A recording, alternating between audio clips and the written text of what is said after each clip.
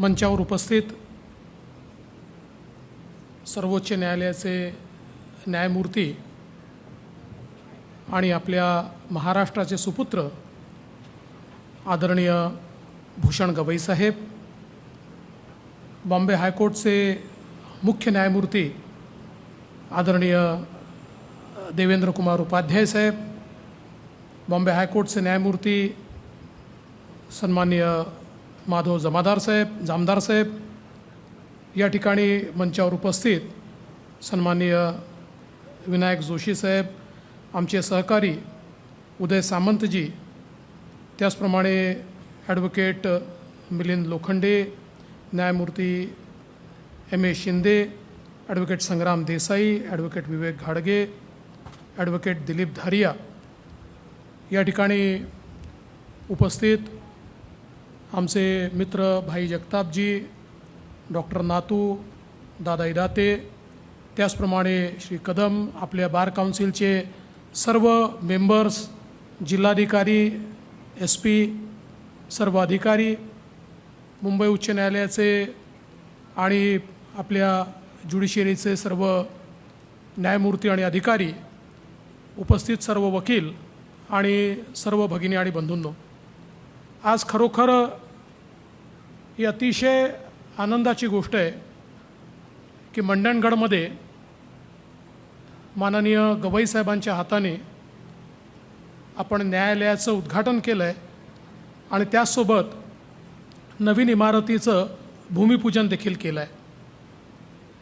मगाशी ॲडव्होकेट देसाई सांगत होते की अतिशय वेगानं याला मान्यता मिळाली. तसं तर आम्ही वेगानेच काम करणारे लोक आहोत, पण आमच्या वेगाला अधिक वेग यावा याकरता तुम्ही इतकी हुशारी केली. तुम्ही आधी गवई साहेबांची तारीख घेतली आणि मग सांगितलं की गवई साहेबांनी भूमिपूजनाकरता तारीख दिली आहे, त्यामुळे आमची डेडलाईन सेट झाली आणि मग उदयजी आणि आम्ही कामाला लागलो आणि वेळेत हे काम आम्ही पूर्ण करू शकलो, याचं खरोखर समाधान आहे. खरं म्हणजे अनेक न्यायालयाच्या इमारतींच्या भूमिपूजनाला किंवा उद्घाटनाला जायची संधी मिळते, पण हे न्यायालय याकरता विशेष आहे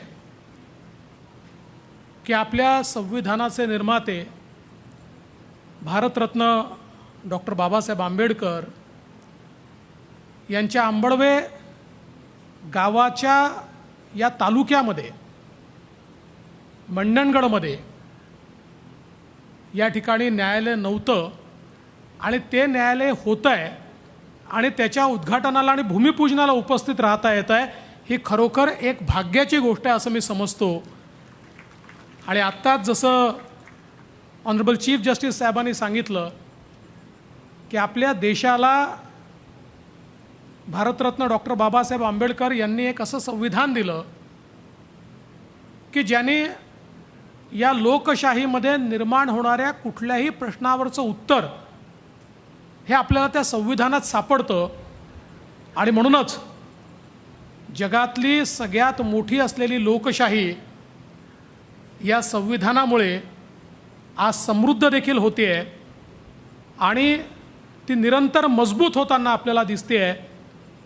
या संविधानाने ज्या शेवटच्या व्यक्तीचा विचार केला आहे, ज्या समानतेचा या ठिकाणी विचार केला आहे, इक्विटीचा विचार केला आहे, इक्वॅलिटी ऑफ अपॉर्च्युनिटीचा विचार केला आहे, या सगळ्या गोष्टी आज घडताना दिसत आहेत आणि त्यामुळेच भारत निरंतर प्रगती करताना आपल्याला पाहायला मिळतो. आणि म्हणूनच मला असं वाटतं की अशा महामानवाच्या या भागामध्ये हे न्यायालय होणं हे अतिशय एक महत्त्वाची गोष्ट आहे. आणि निश्चित मला विश्वास आहे की आमच्या उदय सामंतजींनी जबाबदारी घेतली आहे, त्यामुळे वेळेत या ठिकाणी या न्यायालयाचं निर्माण पूर्ण होईल आणि निश्चितपणे गवई साहेबांच्या हस्ते त्याचं उद्घाटन आपण करू, हा विश्वास या निमित्ताने मी व्यक्त करतो. खरं म्हणजे आज आपण जर बघितलं तर आपल्या लोकशाहीच्या चारही स्तंभांमध्ये सर्वाधिक विश्वासार्हता ही जर कुठल्या स्तंभाची असेल तर ती आमची न्यायपालिका आहे. आज लोकांचा विश्वास आहे की कुठल्याही प्रकारचा अन्याय झाला तर आम्ही न्यायपालिकेकडे जाऊ शकतो आणि न्यायपालिकेमध्ये आम्हाला न्याय मिळू शकतो. निष्पक्ष अशा प्रकारचा न्याय न्यायपालिकेत मिळतो. हा विश्वास आज भारतातल्या जनाजनामध्ये आहे आणि मला असं वाटतं की त्यामुळेच आपली लोकशाही ही अतिशय अबाधितपणे या ठिकाणी टिकलेली आहे. पण हे होत असताना आज निश्चितपणे माननीय सर्वोच्च न्यायालय असेल किंवा राज्यांची उच्च न्यायालय असतील, यांच्यासमोरचं सगळ्यात मोठं आव्हान हे या ठिकाणी प्रलंबित खटल्यांचं आहे. आज आपण जर बघितलं तर रत्नागिरी जिल्ह्यामध्ये जवळपास दिवाणी खटले 11,630 प्रलंबित आहेत आणि फौजदारी 28,831 हे या ठिकाणी प्रलंबित आहेत. आणि यातले अनेक खटले हे 30 वर्षापेक्षा जास्त त्या ठिकाणी रखडलेले आहेत. आणि म्हणूनच न्यायालयाचं इन्फ्रास्ट्रक्चर हे केवळ इमारतीपुरतं मर्यादित नाही आहे, तर या माध्यमातनं जो सामान्य माणूस आस लावून बसला आहे की मला त्या ठिकाणी तात्काळ न्याय मिळेल, न्यायाच्या या न्यायदानाच्या प्रक्रियेला एक गती देण्याचं काम देखील या माध्यमातनं मोठ्या प्रमाणात करण्याचा प्रयत्न हा सातत्याने आपण करत असतो. आणि मला विश्वास आहे आज ज्या प्रकारे माननीय आपल्या देशाचे चीफ जस्टिस यांनी मोठ्या प्रमाणात टेक्नॉलॉजीचा वापर करण्यावर भर दिला आहे आणि मी आमच्या बार काउन्सिलचं तर मनापासून अभिनंदन करेन की ई फायलिंग करता जो पुढाकार बार काउन्सिल ऑफ महाराष्ट्र आणि गोवानी घेतला तो देशामध्ये अतिशय पथदर्शी आहे. आणि मला असं वाटतं की टेक्नॉलॉजीचा उपयोग केल्यामुळे मोठ्या प्रमाणात न्यायदानावर जो काही भार त्या ठिकाणी पडतो तो भार हा कमी करण्याचं काम आपण करू शकणार आहोत. आणि विशेषतः देशामध्ये आपल्याला कल्पना आहे की आता आपल्या अनेक कायद्यांमध्ये बदल होतो आहे. आता भारतीय न्यायसंहिता आपण तयार करतो आहे, त्यातनं दंडशब्द काढलेला आहे. भारतीय नागरिक सुरक्षा संहिता CRPCच्या त्या ठिकाणी आपण त्याची जागा घेणारी आपण तयार करतो आहे. भारतीय साक्ष संहिता आपण तयार करतो आहे. या माध्यमातनं कुठेतरी जस्टिस डिलिव्हरी सिस्टीम ही अधिक वेगानं कशी करता येईल या प्रकारचा प्रयत्न हा चाललेला आहे. आणि मला असं वाटतं की सरकार आणि न्यायालय या दोघांनीही एकत्रितपणे काम केलं तर न्यायदानाची प्रक्रिया ही अधिक गतीनं आपल्याला निश्चितपणे पूर्ण करता येईल. आणि त्या दृष्टीने महाराष्ट्रामध्ये देखील आपण त्याला गती दिली आहे. खरं म्हणजे मी गवई साहेबांचं याकरता देखील अभिनंदन करेल की महाराष्ट्राच्या एका टोकात अहेरीच्या गडावरनं मंडणगडामध्ये आपण त्या ठिकाणी उद्घाटनाकरता आलात.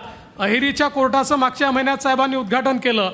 आता मंडणगडच्या कोर्टाचं म्हणजे चांदा तू बांधा महाराष्ट्रामध्ये या ठिकाणी प्रवास करत आणि या दुर्गम भागामधले जे आपले जे कोर्ट्स आहेत याच्याही कडे माननीय गवई साहेबांचं विशेष लक्ष असतं आणि त्या माध्यमातनं तिथल्या वकिलांशी एक संबंध आणि त्यातनं मला असं वाटतं की न्यायदानाच्या प्रक्रियेमध्ये आपल्याला अधिक काय सुधारणा करता येईल अशा प्रकारचा प्रयत्न देखील आपण करतो. मागच्या काळामध्ये चिखलदरा असेल, वरुड असेल, महाड असेल, फलटण असेल, हर्सूल असेल, मुखेड असेल अशा ठिकाणी आपण न्यायालय सुरू केली आणि वेगवेगळ्या प्रकारे न्यायालयाचं जे इन्फ्रास्ट्रक्चर आहे यावर्षी आपण जवळपास 800 कोटी रुपयाचा निधी हा या इन्फ्रास्ट्रक्चर करता दिला आहे. 138 जलदगती न्यायालयांना देखील त्या ठिकाणी आपण मान्यता दिली आहे. न्यायाधीशांच्या निवासस्थानाकरता आपण जवळपास 250 कोटी रुपये हे त्या ठिकाणी दिलेले आहेत. कौटुंबिक न्यायालयाची नव्याने निर्मिती आपण करतो आहे. त्यामुळे एकूणच न्यायालयांची संख्या आणि त्याचं इन्फ्रास्ट्रक्चर या संदर्भात महाराष्ट्राने पुढाकार घेतलेला आहे आणि सातत्याने चीफ मिनिस्टर, चीफ जस्टिस ही जी बैठक होते या बैठकीत झालेले सगळे निर्णय हे महाराष्ट्रामध्ये त्या ठिकाणी अंमलात आणण्याचा कार्यक्रम किंवा प्रयत्न हा आम्ही करत असतो आणि त्यातनं न्यायदानाची प्रक्रिया अधिक वेगवान होण्याचा प्रयत्न आपला असतो. आज या निमित्ताने निश्चितपणे मी ही गोष्ट देखील या ठिकाणी विशद करू इच्छितो की मागच्या काळामध्ये अंबळवे येथे अतिशय चांगलं स्मारक तयार करण्याच्या संदर्भात आपण सिडकोला काही जबाबदारी दिली होती. मध्यंतरी कोविड वगैरे असल्यामुळे कदाचित हे काम मागे पडलं असेल, पण आता ती जबाबदारी आमच्या उदयजींनी या ठिकाणी घेतलेली आहे आणि मला विश्वास आहे की येत्या काळामध्ये त्याही ठिकाणी अतिशय चांगल्या प्रकारचं जे काही भारतरत्न डॉक्टर बाबासाहेब आंबेडकरांना त्यांच्या उंचीला शोभेल अशा प्रकारचं स्मारक, पण केवळ स्मारक नाही तर कुठली तरी जिवंत अशा प्रकारची व्यवस्था त्या ठिकाणी उभी झाली पाहिजे की ज्याचा थेट संबंध हा खरं म्हणजे डॉक्टर बाबासाहेब आंबेडकरांच्या कार्याशी झाला पाहिजे. तर तशाच प्रकारचं जिवंत स्मारक आपल्याला तयार करता येईल असा प्रयत्न हा निश्चितपणे आम्ही करू. मी आज या निमित्ताने विशेषतः आदरणीय गवई साहेबांचे आभार मानेन की त्यांनी वारंवार या ठिकाणी महाराष्ट्रामध्ये आमच्या या सगळ्या प्रक्रियेला त्यांची मदत असते. त्याच्यामध्ये सातत्याने त्यांचा सल्ला आम्हाला मिळतो आणि त्यातनं याची गती वाढवण्याकरता प्रेरणा देखील आम्हाला मिळते. ते जरी या ठिकाणी सर्वोच्च न्यायालयाचे न्यायमूर्ती असले तरी आमच्या सगळ्या महाराष्ट्राच्या ज्युडिशियरीकरता ते पालकाच्या भूमिकेत त्या ठिकाणी असतात आणि म्हणून त्यांचं देखील मी अतिशय मनापासून या ठिकाणी आभार मानतो. आणि माननीय देवेंद्र कुमार उपाध्याय साहेब आपले देखील आभार मानतो.